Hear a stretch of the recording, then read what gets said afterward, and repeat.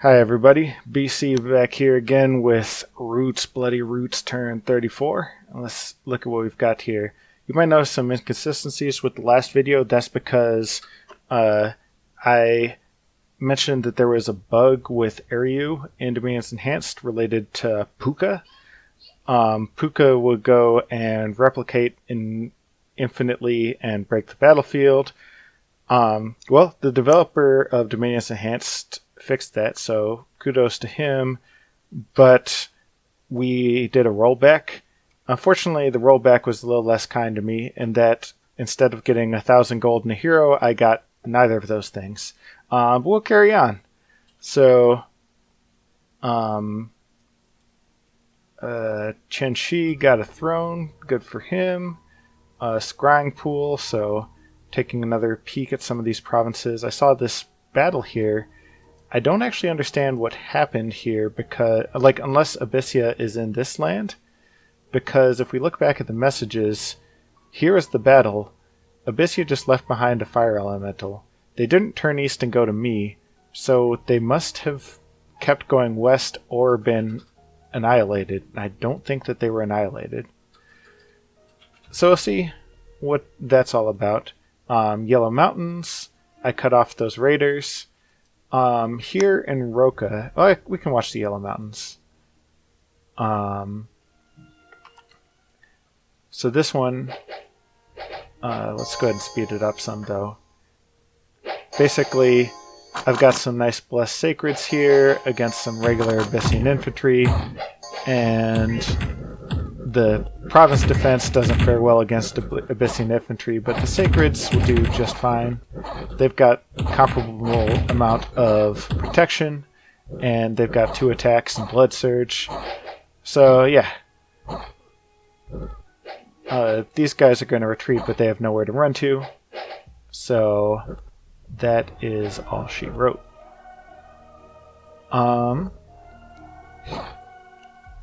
Then where's this? Oyar.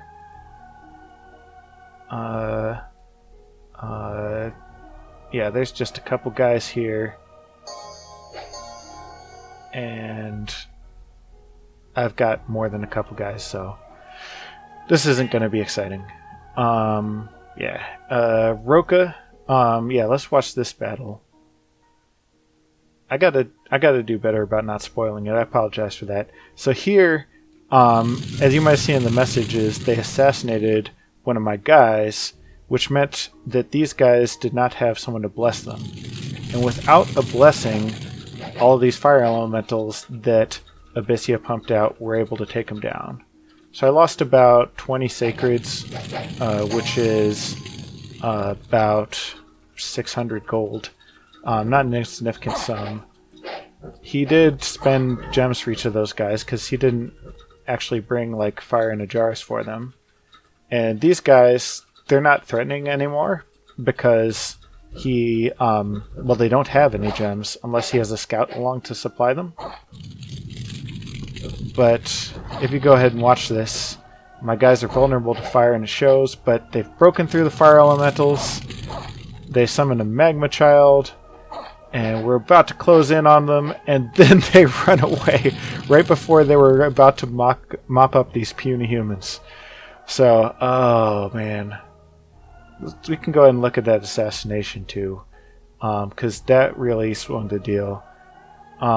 This guy does not have any gems with him, so he's not going to be supplying those guys with fire gems. But yeah, my guy's gonna meditate, but just this Slayer having the Vine Men with him, these guys are not good at fighting. They hit twice weekly. They have poor attack and defense. They've got some resistance, I guess. But the thing is just that they can outnumber my single mage. They actually just distract him while the Slayer comes up and does the job himself. That's funny. Let's see. Roka, that was the one I already pulled up. scout bounced into me. And this province, Abyssea didn't even bother to defend. So as you can see, I've got a little bit of concern, mainly because I don't know where the Slayer that was here moved. He could have moved to here, but that would have involved Abyssea anticipating an attack this most recent turn. So I don't think he did that. I'm guessing that he moved the Slayer further into my territory. He knows that I've got clowns patrolling here, so he probably didn't send him up here, but he might have sent him over here, say, to just gum up the works and such. Or he might have brought the Slayer back into Two Woods. Regardless, this army has a total of 204 siege strength. This fortification has at least 250 wall integrity. So I'm not going to be able to take it out in one turn, which means that I have to roll the dice on assassins. As a result, what my plan is going to be is to basically sneak around adjacent to the fort, cutting it off, until I move in to attack it. Until I do, he has to consider the possibility that I bring in my guys and attack it. So I'm basically hoping to keep his assassins useless by keeping my army not where his assassins are. We'll see if it works, but that's my thought process. Meanwhile, I'm bringing up some resupplies back to Solam here. I'm going to need more communion slaves, a lot more communion slaves. But these guys can wait here for now. I have my god Seeking Arrow, one of these guys, just because they're annoying. And these are Nathamet Salamanders. I don't think that Abyssea can just recruit them anywhere. Oh, they can. Okay. If I can shoot one, it's 200 gold to do so. And despite this being my pretender, I don't actually have much better to do with her besides just research, which, to be fair, she is really good at. Is it worth 4 gems and whatever else I'd be sacrificing to shoot this guy? Yeah, probably. Especially since... Oh, yeah. Alright, let's actually take this off of you and put that on you. And you will be summoning some more horned serpents. Yeah, I changed my mind. Because if I hoard up some air gems, then I can make some more eagles. And the idea is basically to have a second army pincher this fortress and crack it in one turn. And we'll suffer whatever assassinations we get, but I can plan for that a lot better. At least that's the thought process. We'll see if that works out. So I'm bringing these resupplies over here. Need to make sure to set some of these guys on guard commander, because there be assassins about, and it doesn't hurt me to do so.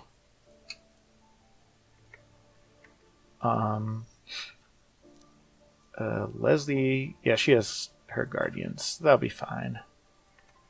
And she's got a good cabal herself. Leslie coming back also means that she can cut off these guys if they continue raiding me. So yeah, this should be good. The next thing that I'm going to need is something that I can't get right now.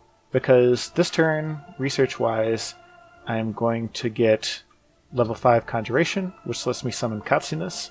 These guys are great thugs.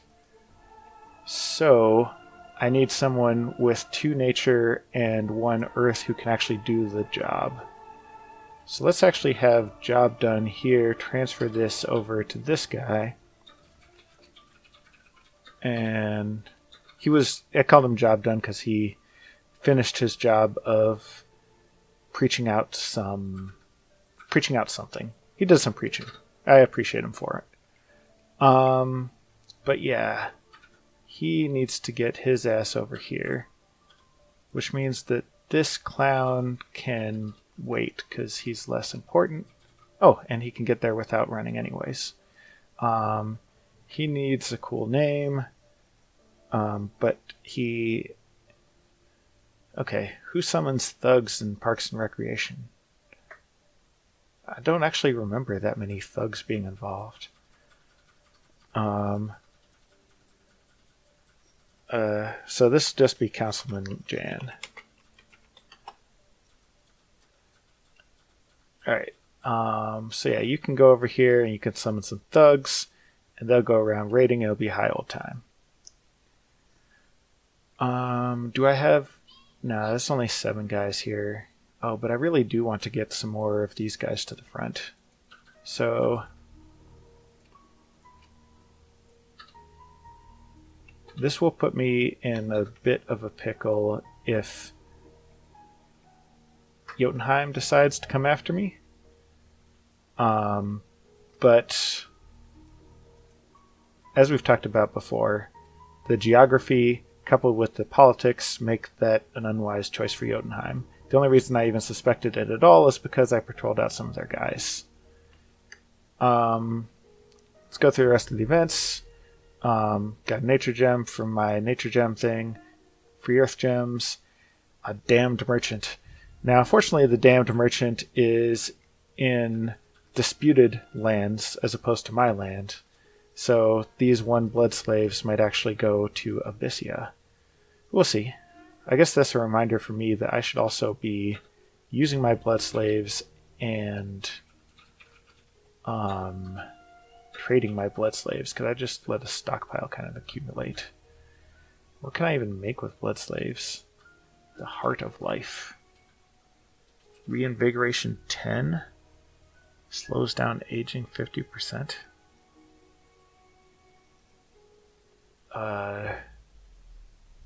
Yeah, that's worth not researching. Alright. Because that'll be a quality super combatant item later on. Well, later on is the keyword there. Lifelong protection. Just keeps shooting out imps.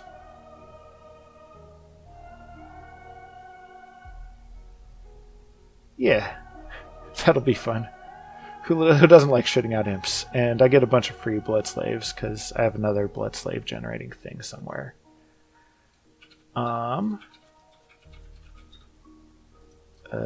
This guy, I want him to start making me some water weirds. This guy, I have him twice boarding himself.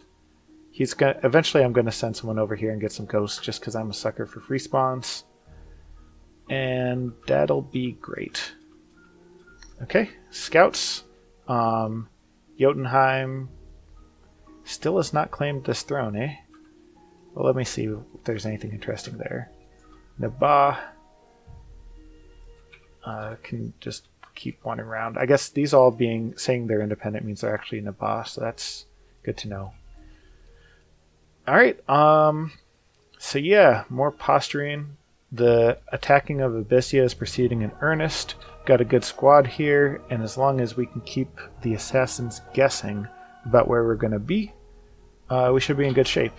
If they do catch up with us, I've got 2 bodyguards on everybody, except some of them only have eagles, but those are less important guys. Although I guess I might as well triple up the bodyguard situation. It doesn't hurt. It does hurt when I go to actually attack, but that's not where I am now. Because I really don't want to lose these guys that I'm bodyguarding. They are especially important. As you can see, I've loaded everybody up with lots of bone melting, so bone's gonna melt. Alright. Thanks for joining me. See you on turn 35.